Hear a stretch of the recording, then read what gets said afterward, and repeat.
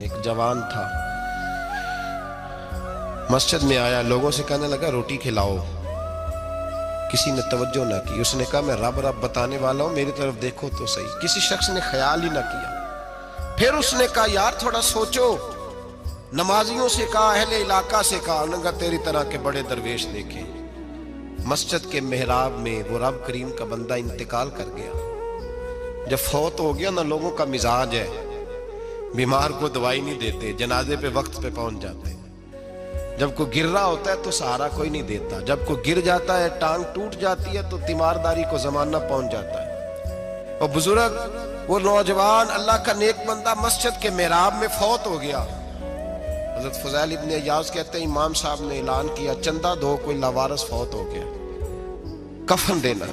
چندہ کٹھا ہوا، کفن خریدا، جنازہ پڑا، عشاء کے بعد دفن کر کے آئے۔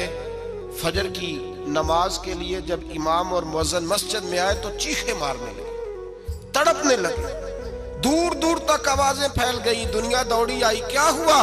کہنے لگے وہ جو تم نے کفن پہنایا تھا وہ یہاں پڑا ہوا ہے، اور دیکھو کفن پہ تحریر لکھی ہے۔ تحریر کیا ہے؟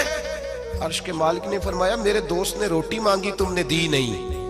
اس نے تمہیں میرے قریب کرنے کے لیے اپنی طرف توجہ کرائی، تم نے کی نہیں، اور میرا یار تمہارے کفن کا محتاج تھا، سنبھال کے رکھو اپنا کفن، میں نے اسے جنت کا لباس عطا فرمایا۔